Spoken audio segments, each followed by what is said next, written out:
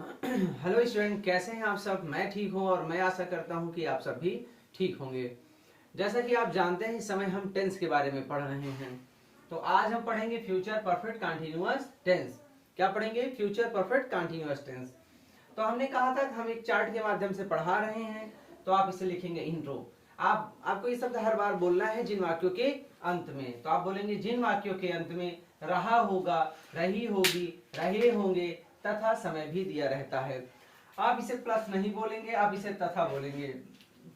जिन वाक्यों के अंत में रहा होगा, रही होंगी, रहे होंगे तथा समय भी दिया रहता है उन्हें फ्यूचर परफेक्ट कंटीन्यूअस टेंस कहते हैं। अब आप रूल पढ़ेंगे। आई और बी के साथ शैल हैव बीन, अदर के साथ विल हैव बीन का प्रयोग करते हैं, वर्ब में आईएनजी लगाते हैं। निश्चित समय के साथ सिंस और अनिश्चित समय के साथ फॉर का प्रयोग करते हैं। जैसा कि आप सोच रहे होंगे निश्चित समय अनिश्चित समय, ये बातें हम अपने प्रीवियस वीडियो में कर चुके हैं। आप डिस्क्रिप्शन में जाकर उसके लिंक को देखेंगे तो आपको निश्चित समय और अनिश्चित समय के बारे में जानकारी मिल जाएगी। चलिए अब हम एक एग्जाम्पल लेते हैं। एग्जाम्पल हमारा है वह 2 घंटे से पढ़ रहा होगा। क्या कर रहा होगा? वह 2 घंटे से पढ़ रहा होगा। अब हम यहाँ लिखेंगे, पहले हमको क्या लिखना है? पहले हमको लिखना है सब्जेक्ट, फिर क्या लिखना है? हेल्पिंग वर्ब, फिर क्या लिखना है? वर्ब, फिर ऑब्जेक्ट। तो हम लिखेंगे ही। क्या लिखेंगे? ही के बाद आई और बी के साथ शैल हैव बीन, अदर के साथ क्या लगाते हैं? Will have been. तो आप यहां लगाएंगे he will have, he will have been. क्या हो जाएगा? He will have been. अब पढ़ना की स्पेलिंग हो जाएगा reading. He will have been reading. क्या कर रहा है? कितने घंटे से? 2 घंटे से। तो आप यहां लिखोगे फॉर 2 hours। आप यहां लिखेंगे he will have been reading for 2 hours। अब जैसे मान लेते हैं यहां लिखा होता वह 2 घंटे से नहीं पढ़ रहा है। क्या कर रहा है?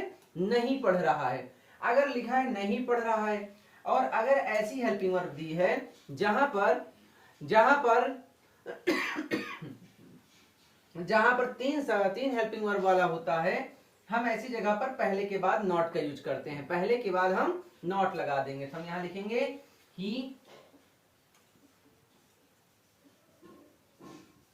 he will not have been reading for 2 hours। क्या लिखेंगे? he will not have been reading for 2 hours। अब अगर यहां लिखा है क्या वह 2 घंटे से पढ़ रहा होगा, अगर क्या वह 2 घंटे से पढ़ रहा है, इसका मतलब ये फर्स्ट टाइप इंट्रोगेटिव लिखा है। अगर फर्स्ट टाइप इंट्रोगेटिव लिखा होगा तो आप हेल्पिंग वर्ब को पहले लिखते हैं। लेकिन हेल्पिंग वर्ब का मतलब ये नहीं कि आप विल हैव बीन पूरा हेल्पिंग वर्ब पहले लिख देंगे, ऐसा आप नहीं करेंगे। आप केवल विल को पहले लिखेंगे, बाकी को ऐसे एज इट इज छोड़ देंगे। तो आप लिखेंगे विल अब विल लिख लिया, फिर लिखेंगे he will he have been reading for 2 hours। हो गया will he have been reading for 2 hours। अगर यही लिखा होता ऐसे वह 2 घंटे से क्यों पढ़ रहा होगा, अगर यही क्यों बीच में लगा है, इसका मतलब ये सेकेंड टाइप इंट्रोगेटिव है। आप इस बार क्या करेंगे? इस इंट्रोगेटिव वर्ड का मीनिंग लिखेंगे जो कि होगा why will he have been reading for 2 hours।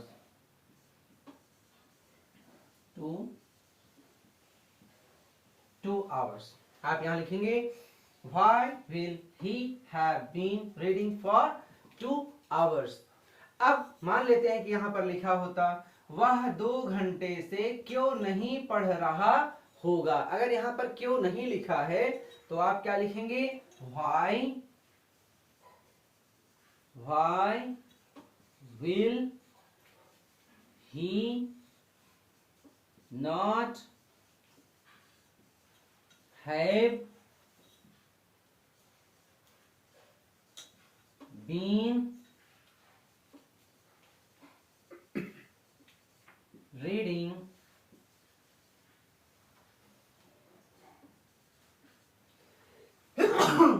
sorry 2 hours।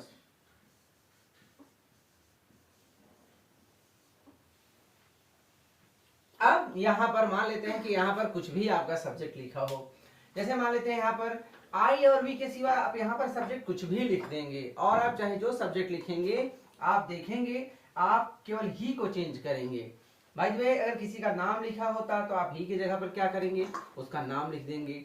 कुछ भी यहाँ पर लिखा हो, अगर आई और वी दिखेगा तो हम क्या लगा देंगे, हम यहाँ पर शैल हैव बीन लगा देंगे, अदरवाइज विल हैव बीन ही लगा रहेगा।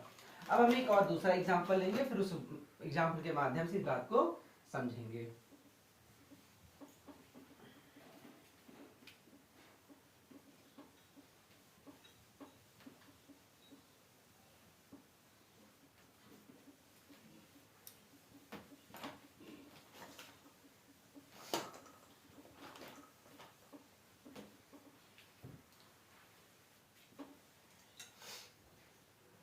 जैसे अब हम दूसरा एग्जाम्पल लेंगे कोई, जैसे हम लोग 2 बजे से क्रिकेट खेल रहे होंगे। जैसे मान लेते हैं हम लोग 2 बजे से कुछ ऐसा काम कर रहे होंगे, तो आप लिखेंगे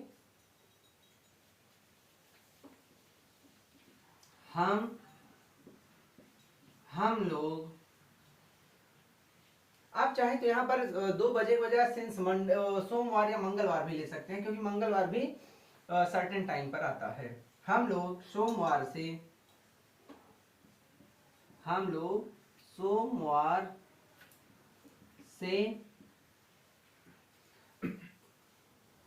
गाना गा रहे होंगे। मान लेते हैं कोई ऐसा सेंटेंस लिखा है, हम लोग सोमवार से गाना गा रहे होंगे, तो आप यहाँ पर हम लोग हो चाहे हम हो चाहे हम सब हो, आपको स्पेलिंग बी ही लिखना है। पहले आप लिखेंगे सब्जेक्ट वी, आई और वी के साथ शैल है बीन, तो आप लगाएंगे वी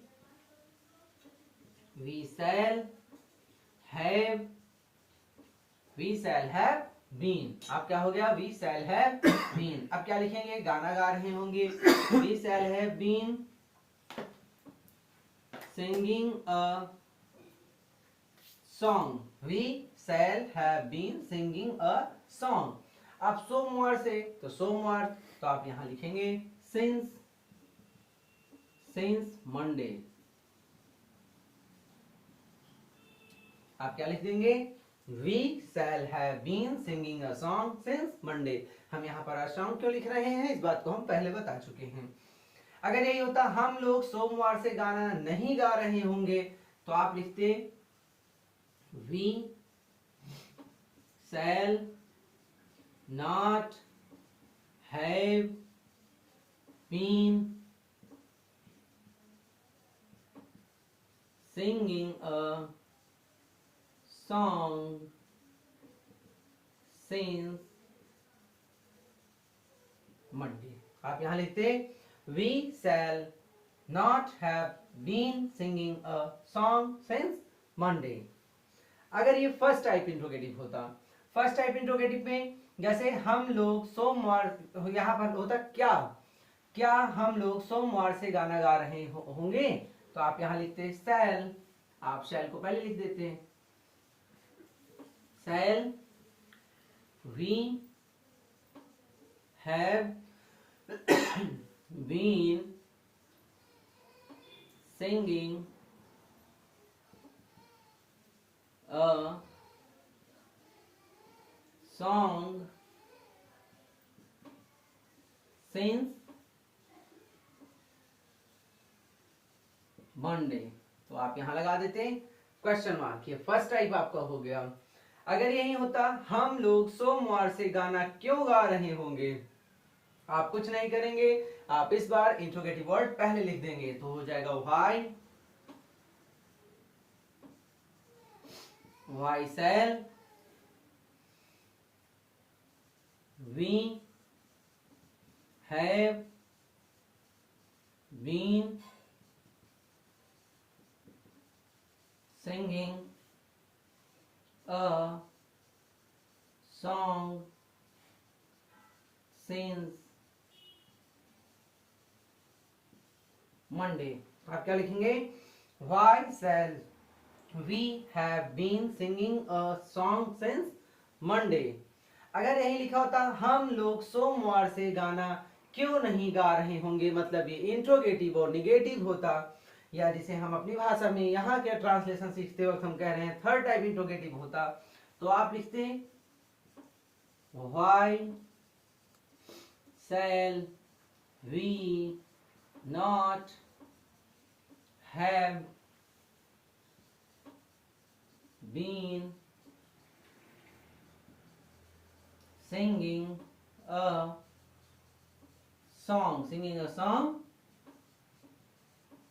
since Monday।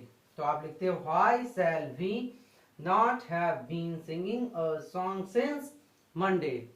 मुझे लगता है ये बातें आपकी समझ में आ रही होंगी। और अब हम क्या करेंगे, अब हम अपने अगले वीडियो में एक ऐसा बनाएंगे जिसमें हम प्रेजेंट कंटिन्यूअस से लेकर हम सारे टेंस को एक एग्जांपल के माध्यम से हम सॉल्व करेंगे। मैं आशा करता हूं आप सबकी बातें समझ में आई होंगी। अगर बातें नहीं समझ में आ रही हैं तो आप नीचे कमेंट करेंगे और कमेंट के माध्यम से जो भी कमेंट आएगा हम उस बात को दोबारा से समझाएंगे। Thank you and have a nice day.